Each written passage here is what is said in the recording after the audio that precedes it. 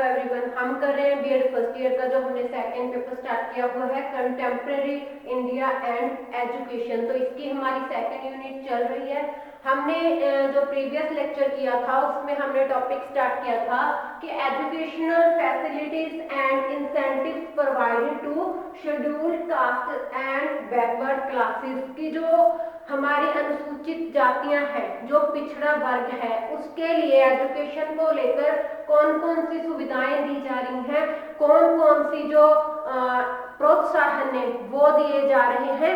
तो कल हमने अपने लेक्चर में किया था एक तो कि संविधान के द्वारा इन वर्गों को कौन कौन सी शैक्षिक सुविधाएं दी जा रही हैं। तो सबसे पहले हमने संविधान वाला किया था जिसने हमने अनुच्छेद 16, अनुच्छेद 17, अनुच्छेद 18 और 46 की बात की थी। फर्स्ट पॉइंट इसका क्या किया था? संविधान द्वारा इन वर्गों को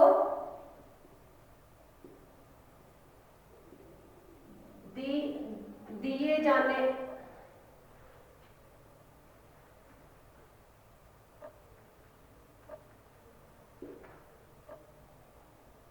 संविधान द्वारा इन वर्गों के लिए शैक्षिक प्रावधान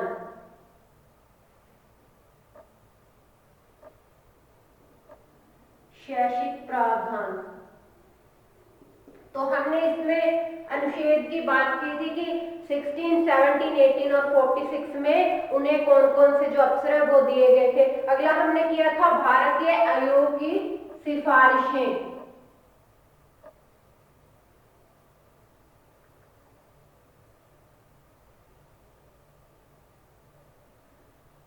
भारतीय आयोग की सिफारिशें कि जो भारतीय आयोग है हमारा, जो इंडियन कमीशन बना था एजुकेशन के लिए, भारतीय शिक्षा आयोग की, भारतीय शिक्षा आयोग की सिफारिशें।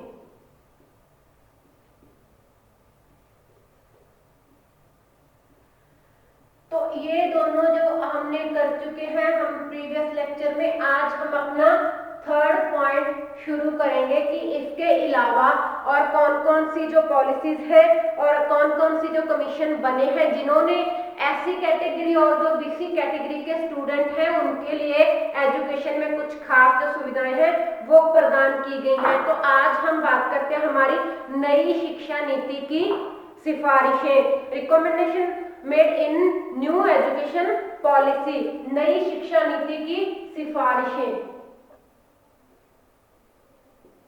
जो हमारी न्यू एजुकेशन पॉलिसी बनी थी उसमें कौन कौन सी जो सुविधाएं हैं, कौन कौन से जो प्रावधान है वो खास करके एससी कैटेगरी और बीसी कैटेगरी के जो स्टूडेंट होते हैं उनके लिए रखे गए हैं ताकि उनको एजुकेशन देने का जो हमारा सपना है वो पूरा हो सके। तो इसके लिए उन्होंने बैकवर्ड क्लासेस और जो शेड्यूल कास्ट के जो अनुसूचित जातियां और जो अनुसूचित जनजातियां, शेड्यूल कास्ट है और जो शेड्यूल ट्राइब है, उनके लिए क्या क्या है इन्होंने अलग प्रावधान दिए हैं कि शेड्यूल कास्ट को हमने कौन कौन सी सुविधाएं देनी है और जो शेड्यूल ट्राइब है, जो अनुसूचित जनजातियां हैं, आदिवासी हो गए जैसे, तो उनके लिए कौन कौन से प्रावधान है। तो हम पहले बात करेंगे किसके लिए? अनुसूचित जातियों के लिए। तो पहले इन्होंने कहा है अनुसूचित जातियों के लिए।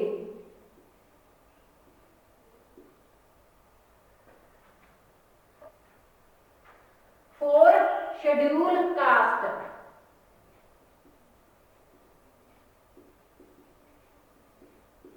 जो अनुसूचित जातियां होती हैं वो क्या है, वो पिछड़ी हुई भी होती हैं, तो उनके पास आर्थिक जो संसाधन होते हैं वो क्या होते हैं, उनकी कमी होती है। तो उनके पास इतना पैसा नहीं होता कि वो अपने बच्चों के लिए बेटर एजुकेशन जो अफोर्ड कर पाए। नॉर्मल जो जनरल बच्चे होते हैं, जनरल कैटेगरी के लोग होते हैं, उनके साथ, या फिर हम कह सकते हैं मिडिल क्लास या फिर जो हाई क्लासेस आती हैं, उनके साथ वो अपने बच्चों की एजुकेशन नहीं दिलवा सकते। तो इसके लिए सबसे पहले क्या प्रावधान किया गया है कि 14 वर्ष की आयु तक नियमित रूप से विद्यालय में जाना। तो क्या क्या इसकी जो उन्होंने सिफारिश की है, 14 वर्ष तक नियमित रूप से विद्यालय जाना। आपको पता है कि जो गरीब लोग होते हैं तो वो अपने बच्चों को अपने साथ काम पर ले जाते हैं, तो उन्हें बच्चों की पढ़ाई से मतलब नहीं होता। तो जब बच्चों को वो काम पर ले जाते हैं तो वो बच्चों की पढ़ाई है वो बीच में छूट जाती है। इसलिए जो नई शिक्षा नीति है उसका कहना है कि जो 6 साल से लेकर 14 साल तक बच्चे हैं उनके लिए एजुकेशन फ्री और कंपलसरी है। इसलिए हर बच्चे का 14 वर्ष तक की आयु तक स्कूल में जाना जरूरी है।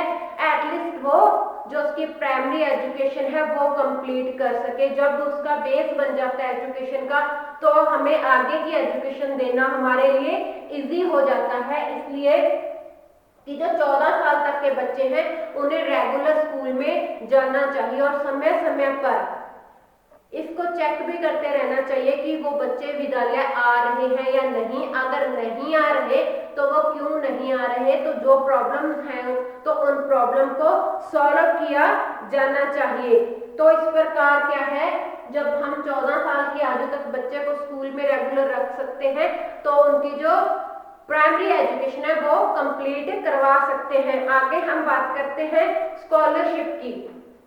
पहली कक्षा से ही छात्रवृत्तियां,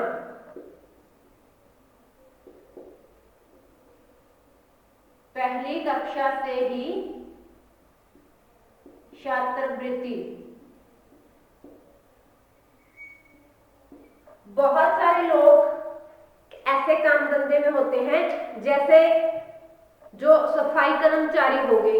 सफाई कर्मचारी जैसे हम कह सकते हैं कि चर्म शोधन के जो व्यवसाय हैं उसमें परिवार लगे होते हैं, या फिर साफ सफाई के अन्य कार्य होते हैं उसमें जो लोग लगे होते हैं, तो उनके बच्चों को, जो ऐसी कैटेगरी से बच्चे आ जाते हैं, ऐसे व्यवसाय में जो लोग रहते हैं उनके बच्चों को पहली क्लास से ही क्या है उनको स्कॉलरशिप मिलनी चाहिए। उनकी स्टडी तो फ्री होती ही है, साथ ही साथ उसको जो स्कॉलरशिप है वो भी प्रोवाइड करवाई जानी चाहिए, ताकि जो बच्चे हैं, स्टूडेंट है, वो अपने इंटरेस्ट के साथ पढ़ सके और जो पेरेंट्स है वो अपने बच्चों को मोटिवेट कर सके पढ़ाई के लिए। आगे हम बात करते हैं कि हमें एक ऐसी व्यवस्था बनानी चाहिए जिसमें समय समय पर हमें चेक करना चाहिए कि जो नामांकन है वो तो बच्चे का है, लेकिन नामांकन सिर्फ वो रजिस्टर तक ही सीमित तो नहीं है, तो वो बच्चा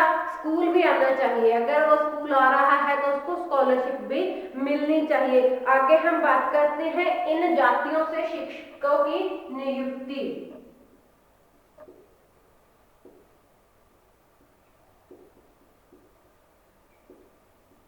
इन जातियों से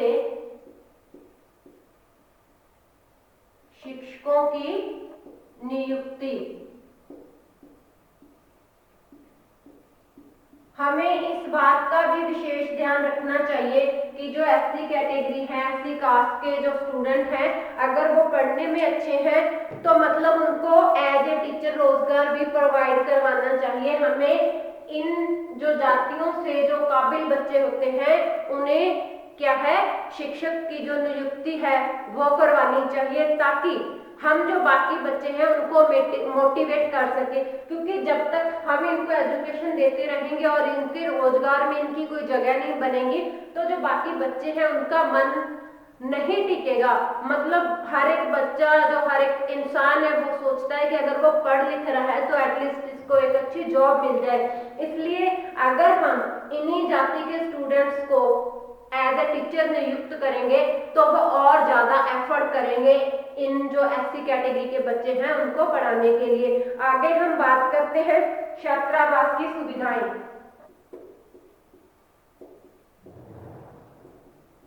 छात्रावास की हॉस्टल की सुविधा। छात्रावास की सुविधाएं इसलिए जरूरी है क्योंकि प्राइमरी लेवल तक की जो स्टडी है वो तो ऑलमोस्ट हर एक गांव में कंप्लीट हो जाती है। उसके बाद बच्चे को कहीं बाहर भी जाना पड़ सकता है, दूसरे गांव में भी जाना पड़ सकता है या शहर में जाना पड़ सकता है, क्योंकि जो छोटे गांव होते हैं वहां पे हम आफ्टर प्राइमरी वाला स्कूल नहीं खोल सकते। तो इसलिए हमें जो फ्री में हॉस्टल की व्यवस्था करनी चाहिए ताकि बच्चा आराम से वहां पर रहकर अपनी जो स्टडी है वो कंप्लीट कर सके।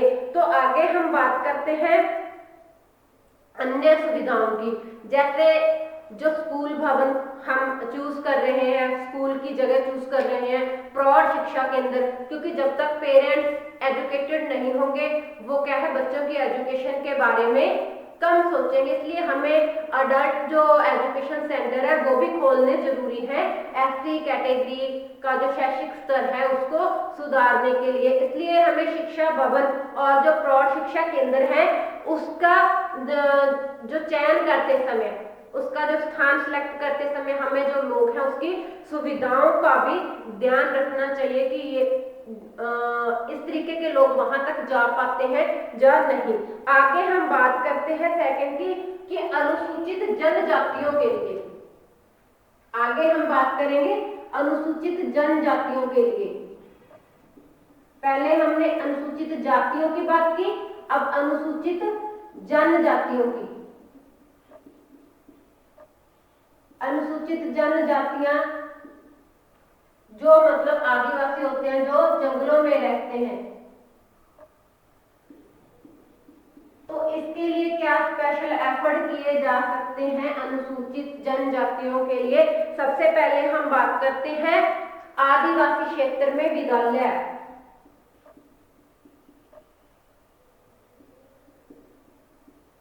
आदिवासी क्षेत्र में विद्यालय होने बहुत जरूरी हैं, क्योंकि जब तक हम इनके एरिया में विद्यालय नहीं खोलेंगे तो हम इनकी स्टडी का सपना कैसे देख सकते हैं, इनकी एजुकेशन का सपना कैसे देख सकते हैं। इसलिए अगर हम जो शेड्यूल्ड ट्राइब्स हैं अगर हम उनके बच्चों को एजुकेट करना चाहते हैं तो हमें उनका जो क्षेत्र है, जो आदिवासी क्षेत्र है, वहां पे क्या करना होगा, जो विद्यालय है वहां पे खोलने होंगे। अगर वहां पे जनसंख्या कम है तो एटलीस्ट हमें उनकी जो प्राइमरी एजुकेशन है, तो प्राइमरी एजुकेशन के लिए हमें जो एलिमेंट्री स्कूल है, प्राइमरी स्कूल है, उसकी व्यवस्था जरूर वहां पे करनी चाहिए ताकि बच्चों को स्कूल आने जाने में दिक्कत ना हो। क्योंकि जंगलों से बच्चे क्या है, आदिवासी क्षेत्रों से बच्चे शहर में पढ़ने के लिए नहीं आ सकते, तो उनका जो स्कूल है उनके क्षेत्र में ही स्थापित किया जाए। और जो शुरुआती एजुकेशन है, उनकी जो शुरुआती एजुकेशन है उनकी ही भाषा में दी जाए, उनकी ही भाषा में शिक्षा। अब आदिवासी है तो उनकी लैंग्वेज भी अपनी एक लैंग्वेज है, उनका जो टच है वो क्या, उनका लिंक शहरों या गांवों तक बहुत कम होता है। तो जो उनकी प्राइमरी एजुकेशन है, हम लगा सकते हैं कि फर्स्ट सेकंड और थर्ड क्लास की, जब फर्स्ट से लेकर जो फिफ्थ क्लास की एजुकेशन है तो उसका माध्यम उनकी ही भाषा होनी चाहिए। हम साथ साथ दूसरी भाषा उसको सिखा सकते हैं, लेकिन उनकी जो भाषा का मेन जो मीडियम है, जो माध्यम है, वो उनकी ही भाषा है, वो रखी जाए। तो जो प्रतिभाशाली युवकों को, जो प्रतिभाशाली युवक हैं वहां पे, जो इंटेलिजेंट स्टूडेंट हैं, उनको क्या हमें एज ए टीचर नियुक्त करना चाहिए। तो हम कह सकते हैं प्रतिभाशाली युवकों को शिक्षक की नौकरी देना। जब हम इन्हीं कबीलों के जो इंटेलिजेंट स्टूडेंट हैं जिनकी हमने स्टडी करवाई है, तो एटलीस्ट हम उनको प्राइमरी एजुकेशन प्रोवाइड करने के लिए रख सकते हैं। उसमें क्या फायदा होगा, एक तो बच्चे मोटिवेट होंगे उनको देखकर कि हमारे साथ के जो लोग हैं, जो युवक हैं वही टीचर बन गए हैं। दूसरा, वो जो युवक होंगे वो अपने कबीले के जो बच्चे उनको एजुकेशन देने के लिए ज्यादा प्रयास करेंगे ताकि वो अपने जो आदिवासी लोग हैं उनको बेटर एजुकेशन है जो प्रोवाइड कर सकें। तो इस प्रकार हम एक तो उन्हें रोजगार दे रहे हैं, दूसरा क्या है उनको एक रोल मॉडल बना रहे हैं जो बाकी बच्चे हैं, ताकि वो अपने आप को और जो उनके पेरेंट्स हैं वो भी मोटिवेट हों और अपने बच्चों को भी मोटिवेट करें और वो पूरे इंटरेस्ट के साथ क्या है स्टडी करें। आगे हम बात करते हैं कि आंगनबाड़ियां और जो प्रौढ़ शिक्षा केंद्र है वो खोले जाएं।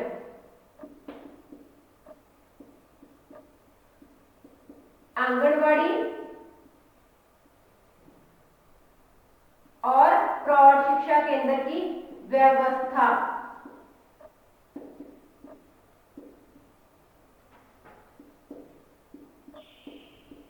प्रौढ़ शिक्षा केंद्र की व्यवस्था।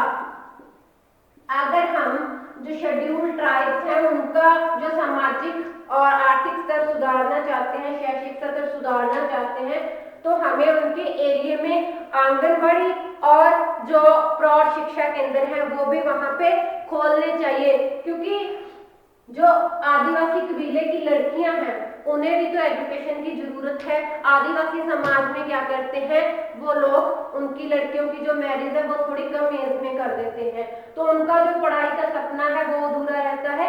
तो वो अपने बच्चों को एटलीस्ट आंगनबाड़ी केंद्र तक छोड़कर अपनी जो स्टडी है वो कर सकती हैं। और जो प्रौढ़ शिक्षा केंद्र है तो वो क्या है, जो पेरेंट्स हैं, जो अभिभावक हैं, उनके लिए हम एजुकेशन का प्रबंध कर सकते हैं। प्रौढ़ शिक्षा केंद्र से विद्यालय हो जाएंगे, वहां के जो बच्चे हैं वो आराम से पढ़ सकेंगे। आंगनबाड़ी और प्रौढ़ शिक्षा के केंद्र में, प्रौढ़ शिक्षा केंद्र में पेरेंट्स आराम से अपना एजुकेशन ले सकते हैं। और आंगनबाड़ी जो छोटे बच्चों का एक तरह से वो क्रैच हो जाएगा, छोटे बच्चे वहां पे रह सकते हैं 4-5 घंटे के लिए। इतने टाइम के लिए जो औरतें हैं वो क्या है वो एजुकेशन प्राप्त कर सकती हैं। तो इस प्रकार विद्यालय, आंगनबाड़ी और जो प्रौढ़ शिक्षा केंद्र है वो हर उम्र के वर्ग को जो एजुकेशन है वो दिलाने में हेल्पफुल हो सकता है, जिसकी सहायता से उनका सामाजिक जीवन का सामाजिक स्तर, आर्थिक स्तर और वो शैक्षिक स्तर है वो सुधर सकता है। आगे हम बात करते हैं विशेष उपचारात्मक,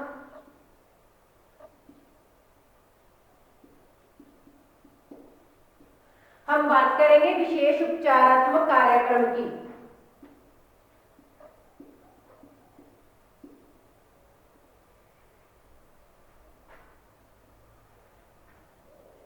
विशेष उपचारात्मक कार्यक्रम क्या हो सकते हैं?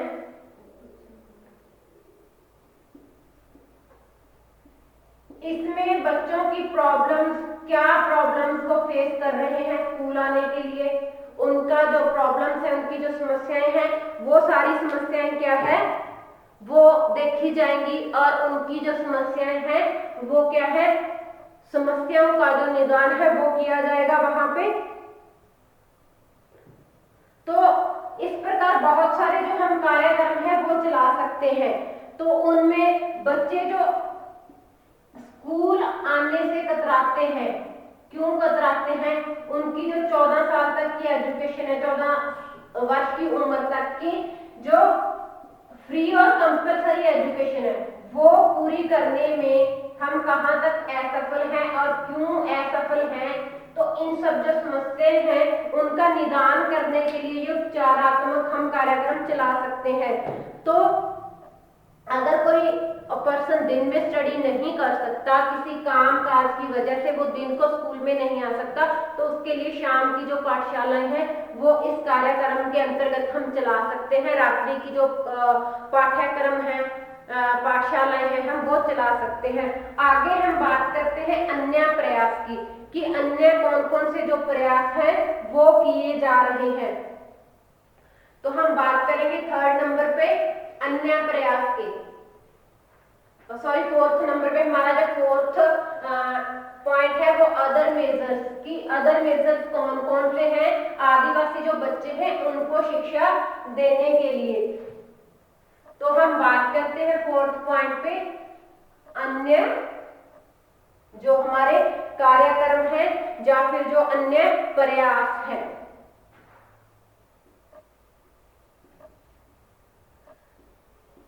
उसमें कौन कौन सी जो संस्थाएं हैं वो प्रयास कर रही हैं। सबसे पहले हम बात करते हैं Maulana Azad education foundation. Maulana Azad education foundation जो हमारे जो बच्चे हैं शेड्यूल कास्ट है, जो शेड्यूल ट्राइब्स में हैं, तो उनके लिए बहुत सारी वो सरकारी और गैर सरकारी संस्थाओं के साथ मिलकर एजुकेशन के रिगार्डिंग है जो कार्यक्रम चला रहे हैं। मौलाना आजाद एजुकेशन फाउंडेशन, इसमें एक तो ये चल रहा है मौलाना आजाद एजुकेशन फाउंडेशन।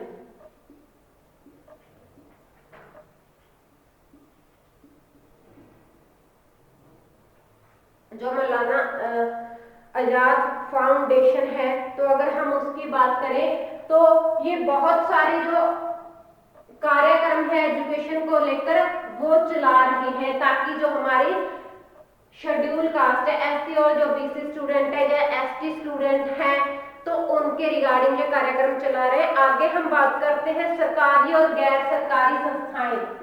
बहुत सारी गैर सरकारी और सरकारी जो संस्थाएं हैं वो भी एजुकेशन के रिगार्डिंग काम कर रही हैं। वो उनके लिए जो एससी और बीसी कैटेगरी के हैं, जो एसटी स्टूडेंट हैं, उनके लिए जो फ्री में एजुकेशन प्रोवाइड करवा रहे हैं। बहुत सारे जो एनजीओ है, जो गैर सरकारी संस्थाएं हैं, वो वहां पे झुग्गी झोपड़ियों में जाकर वहां पे क्या है बच्चों को एजुकेशन दे रहे हैं। वो विद्यालय उनके घर तक लेके जाते हैं, उनको फ्री बुक्स देते हैं, फ्री उनकी जो यूनिफॉर्म है वो प्रोवाइड करवाते हैं।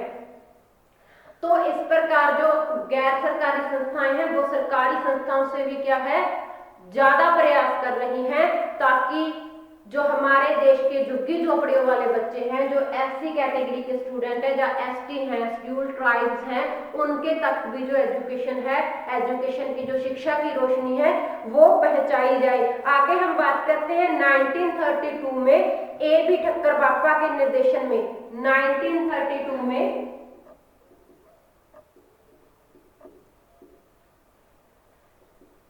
ए बी बप्पा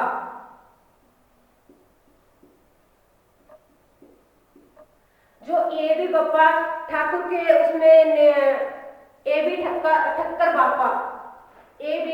बापा के जो उसमें निर्देशन में संस्था बनी थी वो क्या है हरिजन स्टूडेंट हैं, जो उनके लिए खासकर कार्यक्रम चला रहे हैं। तो इसमें हरिजन जो सेवक संघ है उसका गठन किया गया था। इसमें क्या किया था हरिजन सेवक संघ का, हरिजन सेवक संघ जो स्पेशल हरिजन स्टूडेंट्स के लिए, जो स्पेशल एससी स्टूडेंट्स के लिए अपने जो कार्यक्रम है वो चला रहे हैं। तो इसके लिए जो उन्होंने छात्रावास की उपलब्धता करवाई थी, जो छात्रावास खोले गए थे, तो उसके द्वारा लगभग कितने 122 जो छात्रावास है वो चलाए जा रहे हैं। जो हॉस्टल है 120 जो छात्रावास है वो हरिजन सेवक संघ के द्वारा चलाए जाते हैं। संघ के प्रयासों से कुटीर उद्योग की जो शिक्षा है वो बच्चों को प्रोवाइड करवाई जा रही है। उनके जो हस्तशिल्प है उसके जो रिगार्डिंग एजुकेशन है, ताकि वो अपना रोजगार चलाने में कामयाब हो जाए। इसलिए उनके लिए जो कुटीर उद्योग है उसकी जो शिक्षा है वो प्रौद्योगिक जो केंद्र है, जो विद्यालय है वो खोले गए हैं। इनमें से अगर हम बात करें तो बात करते हैं हम हरिजन औद्योगिक गृह की। कौन कौन से हैं, कहां कहां पे हैं हरिजन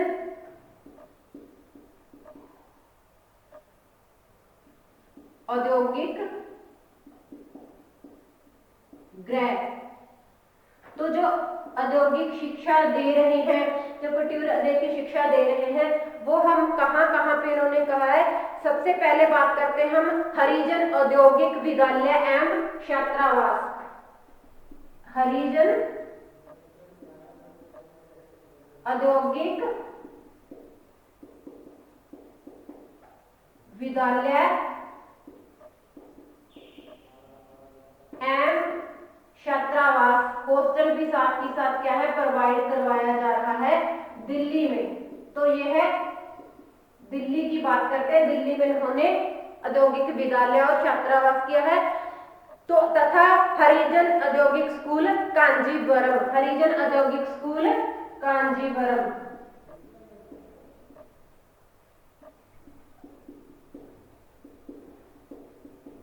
औद्योगिक स्कूल कांजीवरम। और एक जो छात्रावास है वो कहाँ है, एक हरिजन जो छात्रावास है वो कदओम्बक, तो वहां पे भी क्या है, वो हरिजन स्कूल्स के लिए, हरिजन जो स्टूडेंट हैं उनके लिए हॉस्टल प्रोवाइड करवाते हैं। तो इसके लिए वो खास करके लड़कियों के लिए जो संस्थाएं हैं वो चला रहे हैं, जिसमें लड़कियों के लिए हॉस्टल की जो व्यवस्था है वो की जा रही है। हरिजन जो बालिका विद्यालय साबरमती, अंजना देवी, हरिजन गर्ल्स छात्रावास वेदवाड़ा तथा कस्तूरबा बालिका विद्यालय ओखला आदि भी कुछ इस तरीके की और संस्थाएं हैं जो खास करके हरिजन जो लड़कियां हैं उनके लिए शिक्षा की व्यवस्था कर रहे हैं, उनके लिए जो छात्रावास है वो प्रोवाइड करवा रहे हैं। तो इस प्रकार हम कह सकते हैं कि हमारे देश में जो एससी कैटेगरी, जो एसटी के, जो बीसी के जो स्टूडेंट हैं उनके लिए शिक्षा का प्रसार करने के लिए और उनका जो जीवन स्तर है वो चाहे सामाजिक रूप में हो, चाहे वो आर्थिक रूप में हो, चाहे वो शैक्षिक रूप में हो, तो शिक्षा का एजुकेशन का जो स्तर है उसको ऊंचा उठाने के लिए सरकारी तथा गैर सरकारी संस्थाओं द्वारा समय समय पर बहुत से जो प्रयास है वो किए जा रहे हैं। यह तो ठीक है, इन प्रयासों के बावजूद भी हम उतना सफल नहीं हो पाए जितना कि हमें होना चाहिए। फिर भी कहीं ना कहीं अभी भी ये जो लोग हैं अनुसूचित जातियों के और जो पिछड़ा वर्ग है वो कहीं ना कहीं उनका जो जीवन स्तर है, सामाजिक स्तर लगा लो आप, चाहे आर्थिक लगा लो, चाहे शैक्षिक स्तर की बात करें तो वो काफी पिछड़ा हुआ है। अभी हमें और बहुत सारे जो काम है वो इन लोगों का जो जीवन का स्तर है उसे सुधारने के लिए करना होगा। यही कारण है कि इन लोगों के लिए समय समय पर जो पॉलिसीज एजुकेशन के लिए बनाई जाती हैं इनका जो खास ध्यान रखा जाता है। तो प्राचीन समय की तुलना में आज के समय तक काफी जो इनमें जागरूकता आ चुकी है। बहुत सारे जो लोग हैं वो एजुकेशन लेने के लिए अपने आप को मोटिवेट कर रहे हैं। बहुत सारे जो लोग हैं वो अच्छे रोजगार भी प्राप्त करते हैं। यहाँ तक कि हम बात करें जो उच्च प्रशासनिक सेवाएं होती हैं वहां तक भी जो एससी कैटेगरी के और बीसी कैटेगरी के जो स्टूडेंट हैं वो पहुंच पाते हैं। तो इस प्रकार गैर सरकारी और सरकारी संस्थाएं अगर इसी तरह अपना सहयोग देती रही तो जल्दी ही इन वर्गों में जो निरक्षरता है, इन वर्गों में जो अनपढ़ता है तो वो हम दूर कर सकते हैं। इन वर्गों के लोगों को हम जो प्रॉपर एजुकेशन है वो दे सकते हैं। तो आज के लेक्चर में हमारा ये जो टॉपिक था वो खत्म होता है। नेक्स्ट लेक्चर में हम एक डेवर आयोग की बात करेंगे कि जो डेवर आयोग था उन्होंने इसके लिए क्या काम किया है, जो शेड्यूल कास्ट और बैकवर्ड क्लासेज है उसकी एजुकेशन के रिगार्डिंग क्या उन्होंने सिफारिशें की हैं। तो नेक्स्ट टॉपिक हम नेक्स्ट लेक्चर में शुरू करते हैं।